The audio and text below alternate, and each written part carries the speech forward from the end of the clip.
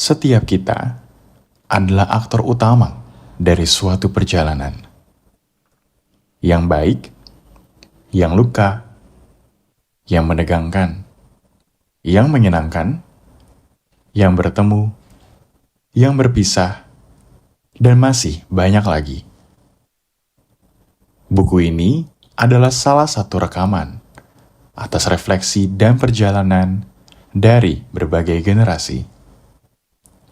Tentang pergumulan hingga pembelajaran bagaimana setiap orang punya ruang untuk memimpin. Setidaknya atas dirinya sendiri. Malam ini kita akan mendengar dari keyakinan bahwa setiap kata dapat menyalakan terang. Inilah leadership XYZ. Inilah leadership lintas generasi.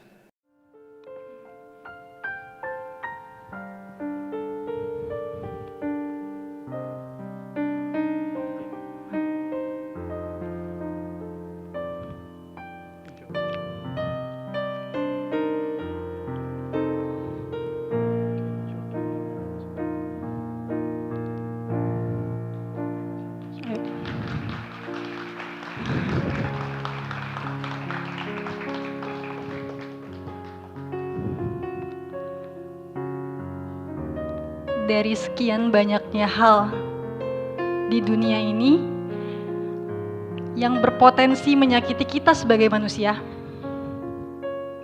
bagi saya selalu ada 3 hal yang menempati posisi paling atas. Yang pertama adalah ketika kenyataan tidak sesuai dengan apa yang kita ekspektasikan. Yang kedua adalah ketika kita memutuskan untuk menggantungkan harapan kepada makhluk yang bernama manusia. Dan yang ketiga yang paling menyakitkan untuk saya adalah ketika kita dipaksa untuk melepaskan seseorang atau sesuatu yang paling kita cintai. Jika semua orang memulai kepemimpinan dari cerita tentang sebuah jabatan, posisi atau kedudukan, mungkin saya tidak akan mulai dari sana. Saya akan mulai dari satu hal yang setidaknya pernah, pasti, atau akan dihadapi oleh setiap manusia tanpa terkecuali. Saya akan memulainya dengan hal yang bernama kehilangan. Saya nggak tahu apa setiap orang mengingat jelas kapan pertama kali mereka bertanya mengapa dalam hidupnya. Tapi mungkin saya tidak akan pernah lupa sama sekali. Sekitar 22 tahun lalu, di momen pertama saya duduk di bangku taman kanak-kanak, mungkin itu adalah momen pertama kalinya saya melihat orang-orang baru selain orang-orang yang ada di rumah saya. Mereka semua, teman-teman saya, tanpa terkecuali ditemani oleh satu perempuan dewasa yang saat itu mereka panggil dengan sebutan ibu.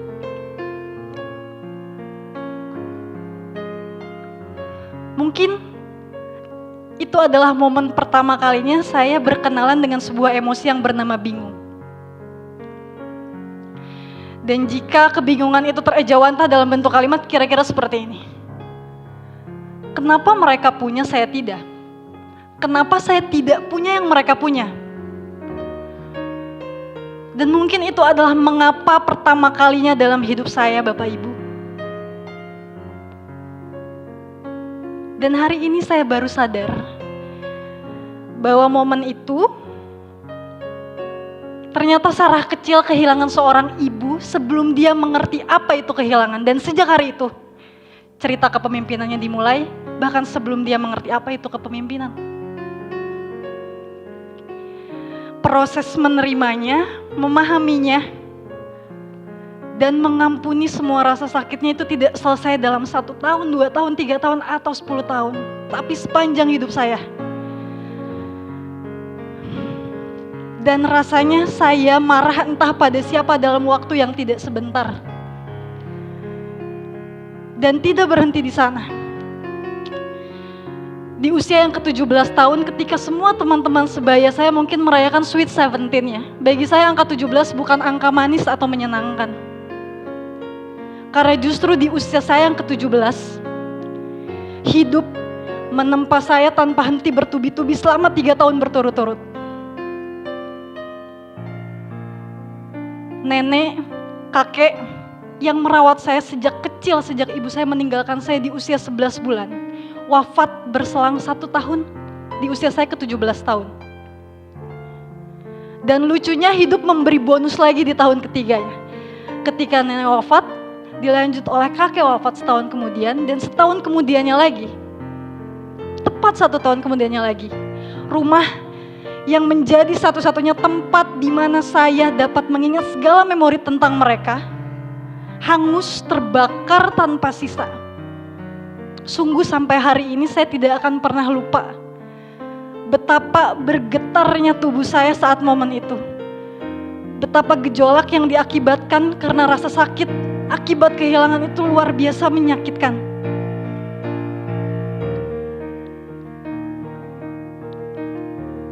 Dan hari itu saya marah sekali kepada Tuhan. Saya bilang kepada Allah, apalagi ya Allah, ambil saja semuanya. Orang-orang yang saya cintai, tempat tinggal saya, ambil saja semuanya. Dan rasanya hari-hari dan tahun-tahun setelah itu tidak pernah mudah bagi saya. Bahkan nabi, filsuf atau para bijak sekalipun hancur hatinya berkeping-keping ketika kehilangan orang yang paling mereka cintai, apalagi saya. Rasanya saya marah, tapi rasanya saya tidak ingin marah selama-lamanya. Rasanya saya luka, tapi saya tidak ingin menjadikan luka sebagai satu-satunya faktor tunggal yang menentukan keseluruhan arah hidup saya. Karena mungkin saya nggak bisa menentukan awal cerita. Tapi saya juga tidak rela ketika luka, saya izinkan mendefinisikan diri saya sepenuhnya. Karena bagi saya, definisi diri saya bukan sekedar apa yang pernah saya lalui, tapi apa yang saya putuskan hari ini dan apa yang saya inginkan besok. Dan sungguh kepemimpinan tidak mengenalkan dirinya kepada saya di atas panggung besar, di ruang-ruang seminar, atau mungkin di atas mimbar. Karena kepemimpinan mengenalkan dirinya pada saya, Bapak Ibu dan teman-teman, lewat kamar. Ketika saya berhadapan dengan kehidupan sendirian, ketika saya berhadapan dengan kesemerawatan pikiran dan kehancuran perasaan saya, dan di sana saya melihat kepemimpinan mengenalkan wajahnya kepada saya. Dia mengenalkan wajahnya kepada saya bukan saat saya kampanye sebagai calon ketua OSIS atau serah terima jabatan sebagai wakil ketua BEM. Karena kepemimpinan mengenalkan dirinya kepada saya dalam ruang yang paling sepi, ruang paling duka yang saya rasakan. Dan dari sana justru saya menemukan definisi kepemimpinan versi saya sendiri. Dia tidak dimulai dari kedudukan, dia dimulai dari sebuah keputusan untuk menata ulang kehidupan meski hati saya berserakan. Dia dimulai dari keputusan untuk menata ulang kurikulum kehidupan, bertahan dan melanjutkan sampai titik ujung yang selalu saya doakan. Bagi saya hidup itu kayak nulis buku, Bapak Ibu dan teman-teman. Tuhan itu kayak kasih notebook kosong, tapi halaman pertamanya sudah diisi duluan olehnya. Tapi maha besar Tuhan, Dia memberikan halaman kosong di halaman kedua sampai ujung untuk kita tulis sendiri cerita yang kita mau. Dan mungkin ini sebagaimana yang selalu Bang Dedi sampaikan kepada saya dan saya gak pernah lupa. Sar, mungkin kita gak bisa nentuin awal cerita, tapi percayalah Tuhan selalu memberikan ruang untuk kita menulis akhir cerita yang kita mau. Dan sebagaimana yang Pak Anies selalu bilang, lokasi lahir boleh di mana saja, tapi mimpi boleh. Mimpi harus di atas langit. Dan itulah dua pengingat yang mengubah cara saya memandang hidup. bahwa awal cerita mungkin tidak bisa diapa-apakan, tapi akhir cerita mungkin bisa dijemput. Dan hari ini saya mau bilang di hadapan semua yang ada di sini, bahwa setiap orang, apapun awal ceritanya, berhak untuk menjemput takdir sejarahnya sendiri dan harus untuk berdiri di atas kakinya sendiri. Dan kehadiran Bapak Ibu teman-teman di sini sedikit mengoreksi kekeliruan saya tentang berdiri di atas kaki sendiri atau mencintai diri sendiri. Ternyata hal itu bukan serba melakukan semua hal sendiri, tapi justru cinta yang paling utuh hadir dari akumulasi relasi yang saya jumpai di semua lintasan perjalanan kehidupan saya sampai hari ini.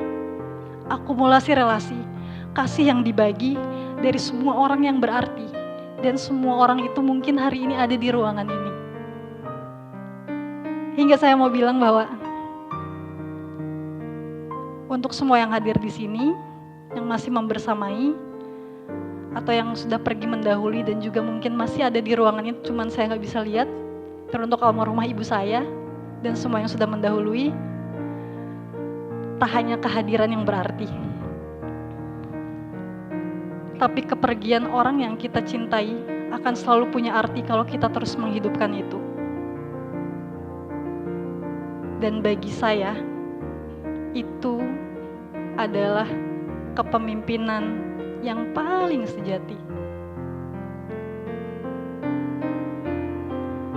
Hingga perlahan setelah selesai dari luka-luka itu, kita mulai bisa menerangi hidup orang, menjadi cahaya dan pelangi bagi hidup orang, tanpa harus kehilangan diri sendiri.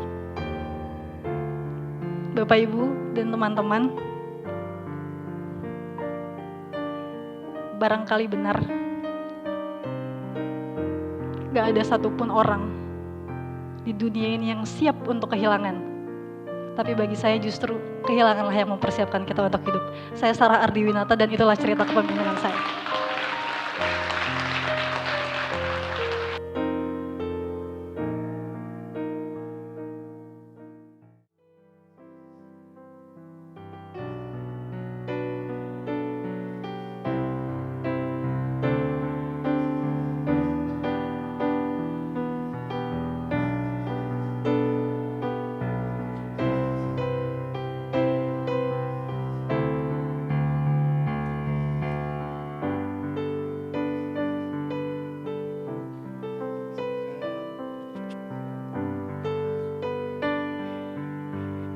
Hidup seringkali dimulai dari kehilangan. Tapi kadang hidup diselamatkan oleh cerita. Bagi saya, cerita itu bernama Laskar Pelangi. Saya membacanya waktu saya duduk di bangku sekolah. Dan sejak itu, hidup saya tak pernah sama lagi. Saat membaca kisah itu, saya seperti didudukkan di dalamnya. Kisah tentang anak-anak Belitung yang tak bersepatu dan hanya buku satu, tapi yakin cita-cita akan teraih. Kisah tentang Bu Muslimah yang mengajar dengan keterbatasan, tapi memberi cinta yang tak terbatas. Kisah tentang Ikal yang mendeklarasikan dan mencapai mimpinya. Tapi yang paling dekat di hati saya adalah tentang Lintang. Anak yang datang paling pagi dan pulang paling akhir, tidak dapat melanjutkan sekolahnya karena harus menjaga adik-adiknya yang ditinggal meninggal oleh ayahnya. Lintang adalah simbol ketidakadilan, adalah simbol dari kekalahan orang-orang biasa yang punya mimpi tinggi tapi tak bisa meraihnya. Sepanjang hidup saya, setiap kali saya bertemu dengan kisah seperti Lintang, saya seperti mendengar Lintang berbicara. Jika kamu masih duduk di sini, teruskanlah cerita itu. Disitulah saya melihat bahwa cerita punya daya hidupnya sendiri.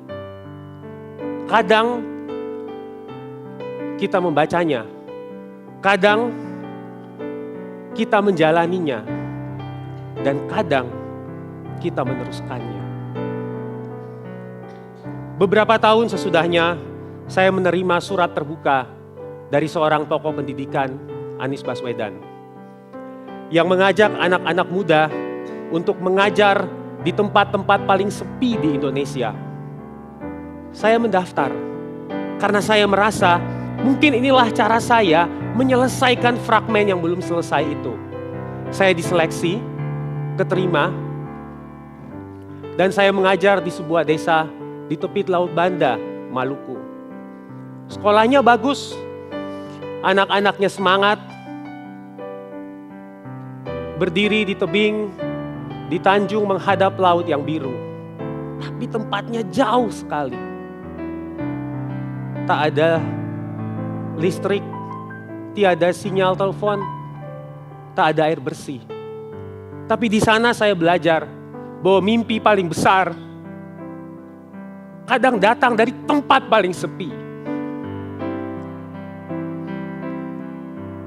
Saya bertemu dengan satu murid saya yang paling cemerlang di sekolah. Namanya Nindi. Setelah saya menyelesaikan tugas, saya memutuskan untuk membawa Nindi bersekolah lebih jauh. 14 tahun sesudah itu, ia sudah lulus. Dan hari ini, Nindi justru membantu saya mengundang Anda semua ke sini. Mungkin itulah kekuatan cerita yang hidup. Di saat orang yang kita bantu tuliskan bab pertamanya, bisa menulis babnya sendiri, dan bahkan membantu kita meneruskan bab kita.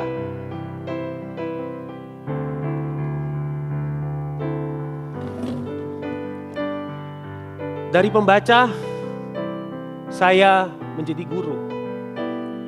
Dan hari ini, perjalanan dan kebijaksanaan hidup membuat saya belajar untuk menjadi jembatan. Karena hidup, karena kepemimpinan, kadang bukan tentang siapa yang berdiri di depan, tapi siapa yang berdiri di tengah, menjembatani yang jauh, menghubungkan yang tak saling mengenal.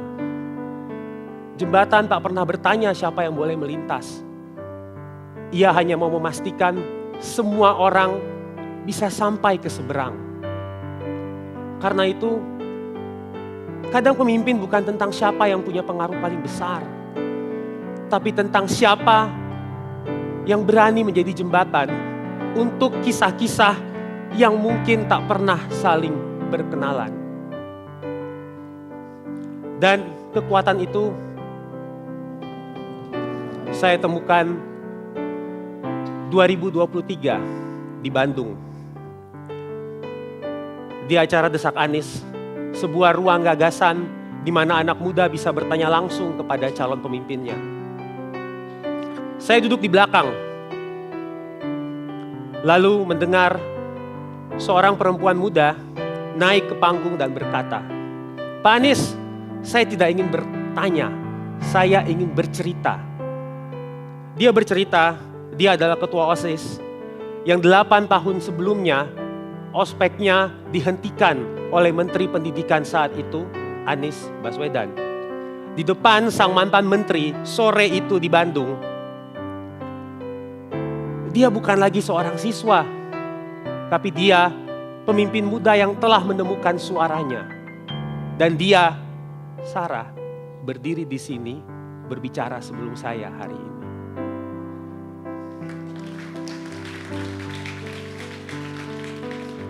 Dari momen itu saya sadar bahwa cerita selalu menemukan jalannya kembali. Cerita saya, cerita Sarah, cerita Pak Anies saling menjembatani dan saling menyalakan. Akhirnya,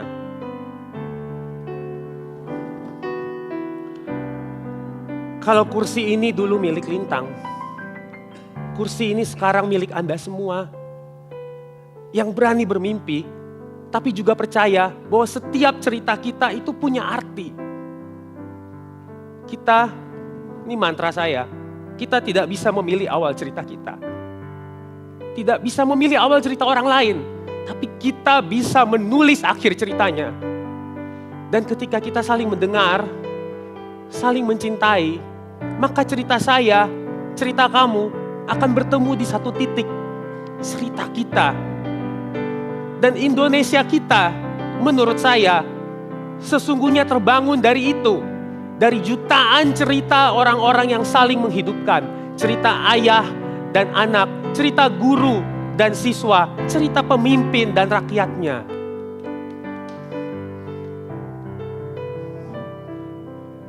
Saya orang yang dihidupkan oleh cerita. Dan karena itu, melalui semua itu, kami ingin menghidupkan orang lain melalui cerita itu juga. Karena pada akhirnya, cerita saya, cerita kamu adalah cerita kita. Dan Indonesia adalah cerita bersama yang masih terus ditulis. Mari kita teruskan malam ini dengan cerita dari seorang yang telah menyalakan banyak cerita di Republik ini, Anies Baswedan. Terima kasih.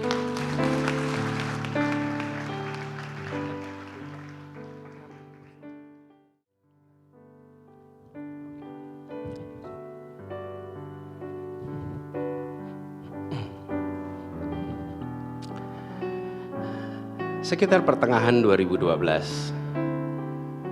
saya datang ke Kepulauan Tanimbar. Di Kepulauan Tanimbar itu sedang bertugas sarjana-sarjana terpilih untuk menjadi guru di tempat-tempat yang paling jauh dari puncak Monas. Saya ketemu Dedi yang tadi baru saja bicara. Lalu kita bersama-sama dari Somlake, ibu kota Maluku Tenggara Barat, pergi ke Pulau Selaru. Pulau Selaru adalah pulau paling depannya Indonesia. Di seberangnya Selaru adalah Australia. Sampai di pulau itu, kami disambut oleh guru-guru. Lalu kita ada diskusi, berkumpul guru-guru itu. Pada saat acara mau dimulai, seperti ini kira-kira suasananya. Saya duduk di depan, kemudian mereka bilang, "Pak, tunggu sebentar." Saya pikir tunggukan apa? Terus salah seorang berlari agak jauh dalam suasana gerimis. Kemudian tidak lama lagi balik, saya tanya, "Ada apa tadi?" "Mau menyalakan diesel, Pak. Di pulau itu tidak ada listrik. Kita berkumpul pakai diesel yang dinyalakan jauh supaya suara dieselnya tidak mengganggu perjumpaan dan diskusi kita di situ." Dengan pakai diesel, apa yang terjadi? Guru-guru itu berdiri, jumlahnya kira-kira 30-an orang. Di sebuah pulau yang tidak ada listrik, yang tidak ada sinyal telepon, yang seluruh fasilitasnya jauh dicukup, semua berdiri dan semua menyanyikan Indonesia Raya dengan lantang, dengan sepenuh hati. Kami yang dari Jakarta seakan dikirimkan guyuran air dingin, sebuah pengingat. Saudara-saudara semua, kami memang belum makmur. Saudara-saudara semua, kami memang masih jauh tertinggal. Tapi kami tidak kalah mencintai Republik ini dibanding Anda-Anda yang sudah mendapatkan semuanya. Pesan itu terasa kuat di ruangan tadi. Acara selesai. Ini adalah pulau terluar dan pernah ada ekspedisi yang dilakukan oleh Wanadri, meletakkan patung Soekarno-Hatta di pulau-pulau terdepan Republik kita. Salah satunya di situ. Warnanya merah dan putih. Dua orang ini mewakili para pendiri republik. Kemudian kami refleksi di situ. Bukankah Pulau Selaru ini, Maluku Tenggala Barat ini jauh lokasinya dari Jakarta? Bagaimana kita bisa bersatu? Bagaimana kita bisa memiliki perasaan kesamaan? Apa yang menarik? Bangsa ini dibangun dengan gagasan. Bangsa ini dibangun dengan cita-cita, dibangun dengan mimpi. Ada seorang ahli yang menyebutnya dream community, imagine community. Inilah Indonesia. 20 hari dari hari ini kita akan memperingati ketika kumpulan anak-anak muda membawa gagasan, kemudian memunculkan 3 mantra yang kita selalu kenang, ingat sebagai sumpahnya para pemuda. Apa yang menarik di situ? Di banyak tempat bangsa terbentuk karena kesamaan bahasa, kesamaan etnis, kesamaan agama, dan kesamaan-kesamaan lain. Bangsa ini tidak dibangun dengan kesamaan. Bangsa ini justru dimulai dari keragaman yang memiliki gagasan seragam. Beragam latar belakangnya, seragam cita-citanya. Dan itu dibuat siapa? Anak-anak muda, gagasan. Apa yang kemudian menarik di sini? Gagasan itu tidak berdiri sendiri. Gagasan yang menggelinding dalam bentuk tulisan, dia mungkin akan menambah pengetahuan. Dia mungkin menambah kebijaksanaan. Tapi gagasan yang menjelma dan memancar dalam perilaku keseharian, dia menjadi menggerakkan. Itulah dahsyatnya awal republik ini. Ketika gagasan tentang masa depan, sebuah bangsa berkeadilan, bangsa yang maju, bangsa yang sejahtera, dibawa oleh pribadi-pribadi terdidik dan berintegritas, maka gagasan itu menjadi persenyawaan dengan manusia. Dia menyatu dan muncul dalam figur-figur yang memesona. Sodorkan nama-nama itu satu-satu. Sodorkan nama Cokroaminoto, orang terpesona dengan gagasan, dengan pikiran, dengan perilaku. Sodorkan nama Agus Salim, orang terpesona, kagum, dan melihat ini teladan, ini contoh, dan gagasan. Nama Soekarno, Hatta, Sahrir, Natsir, dan berderet lagi para pendiri republik. Gagasan ditambah integritas dan wujudkan dalam bentuk pribadi-pribadi, kemudian kita sebutnya sebagai pemimpin. Bayangkan jumlahnya segelintir, membawa gagasan, diikuti oleh jutaan penduduk di Nusantara, dan jutaan penduduk Nusantara rela menghibahkan segalanya, hartanya, nyawanya, untuk membuat gagasan tadi jadi kenyataan. Pemimpin menjadi disebut pemimpin karena dia diikuti secara sukarela, pikirannya, kata-katanya, perbuatannya. Itulah kepemimpinan yang membuat republik ini berdiri tegak, diikuti seluruh rakyatnya dan memesona dunia. Dunia melihat Indonesia sebagai sebuah negeri baru yang penduduknya terbelakang secara pendidikan, tapi gagasan negaranya maju melampaui zamannya.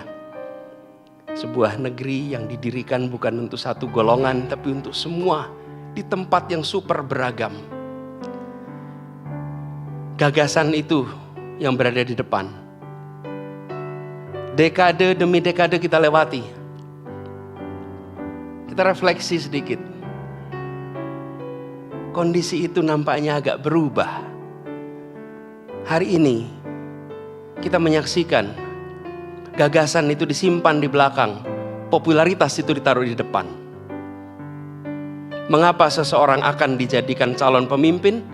Karena angka surveinya tinggi tanpa ditanya gagasannya. Karena angka popularitasnya tinggi tanpa ditanya idenya. Tengok ke belakang, semua membawa ide, semua membawa gagasan, semua membawa integritas. Ini adalah kesempatan kita untuk merefleksikan kembali betapa perjalanan lintas generasi telah membawa kita kepada satu fase di mana kita harus mengirimkan semacam wake up call. Mari kembalikan gagasan itu kembali di depan. Mari kembalikan integritas itu menjadi bagian dari gagasan.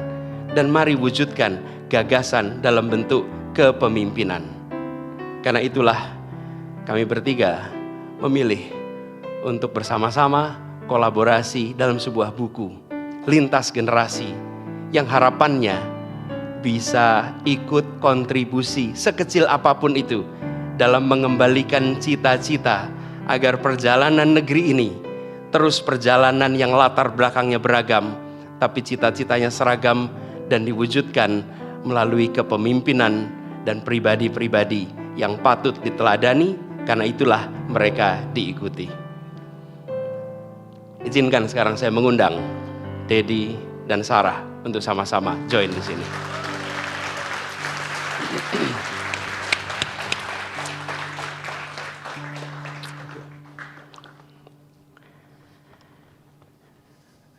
Saya akan bacakan